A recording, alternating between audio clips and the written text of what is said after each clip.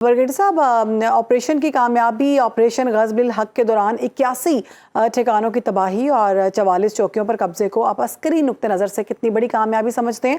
और पाकिस्तान के पास अब ऐसे शवाहिद मौजूद हैं कि फ़ितनल ख़वारिज को अफ़गान सरज़मीन पर भारत की जानिब से बराह रास्त माली और तकनीकी मुआवनत हासिल है?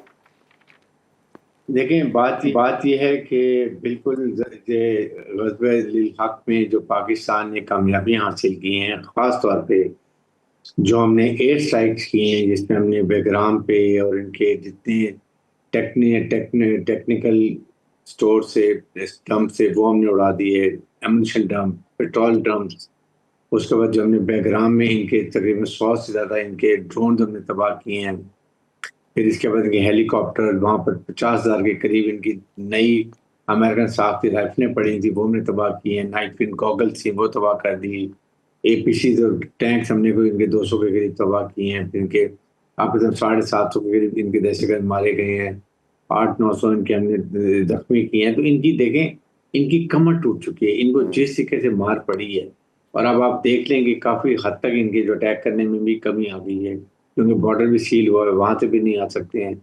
इक्का दुक्का जो आते हैं वो आपके सामने फिर सारे जहन्नम से नसीब हो जाते ऐसे हैं। और अब इनमें अब सिक्योरिटी फोर्सेस का इनका मुकाबला करने की ज़रूरत नहीं है।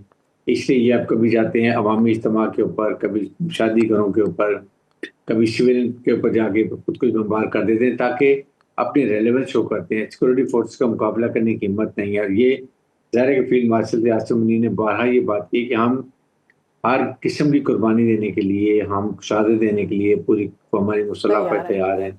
हम कोई कमी नहीं छोड़ेंगे। इस पर कल भी 200-250 operation per day intelligence based operation कर रहे हैं, तो जिसकी वजह से ये ऑपरेशन प्लस जो एयर स्ट्राइक्स हैं, इससे इनकी कमर तोड़ के रख दी। ठीक है। वरगेटी साहब, पाकिस्तान की सलामती और शहरियों के तहफ़्फ़ुज़ के लिए मज़ीद कौन सी ऐसी पॉलिसीज़ हैं जो हमें करने चाहिए, या मज़ीद ऑपरेशंस की तैयारियाँ या फ़ौरी करने की ज़रूरत है, लाज़िम है ये सब कुछ करना?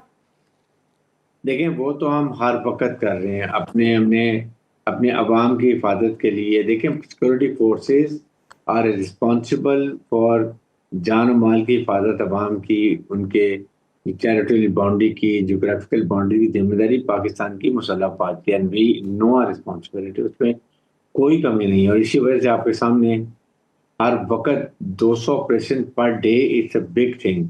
और इसकी वजह से इनका बहुत मोरल डाउन हुआ। फिर इनको इकोनॉमिकली बड़ा लॉस हो रहा है। ये जो हमने सारा बॉर्डर सील किया हुआ है, इनको हम गंदम भी देते थे, चीनी देते थे, फर्टिलाइज़र देते थे, फिर अफ़गान ट्रांसफर के सामान को देते थे। सारी लॉजिस्टिक्स इनके, वहाँ से स्टूडेंट्स आते थे पढ़ने, जो बीमार आ जाते थे, उनको हम बड़ा लुक आफ्टर करते थे। अब सब बंद किया हुआ है।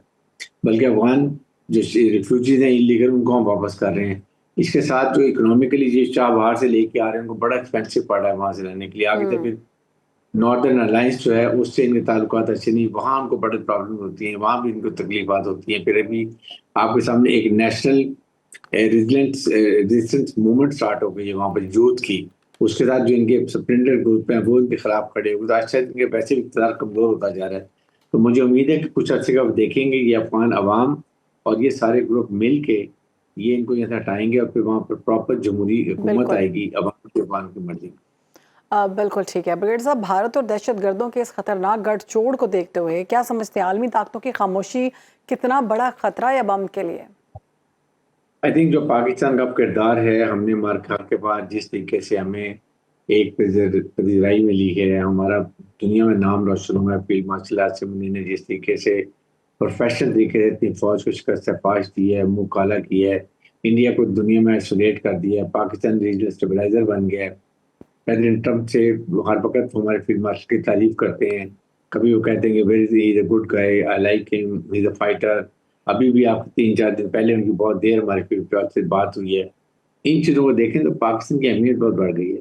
और जो हुँ। भी हम साजिश के किरदार अदा कर रहे हैं, ये इस दुनिया का फोकस पाकिस्तान की तरफ है हर एक। और ये इंडिया की नींदें उड़ी हुई हैं, उनको शफ़े मातम बिछा हुआ है। हुँ। इसलिए उनके जयशंकर जो फॉरेन मिनिस्टर, आप देखें वो कितनी गैर सफारती ज़बान इस्तेमाल करें, वो फ्रस्ट्रेशन है उनको, दिस इज़ द रीज़न।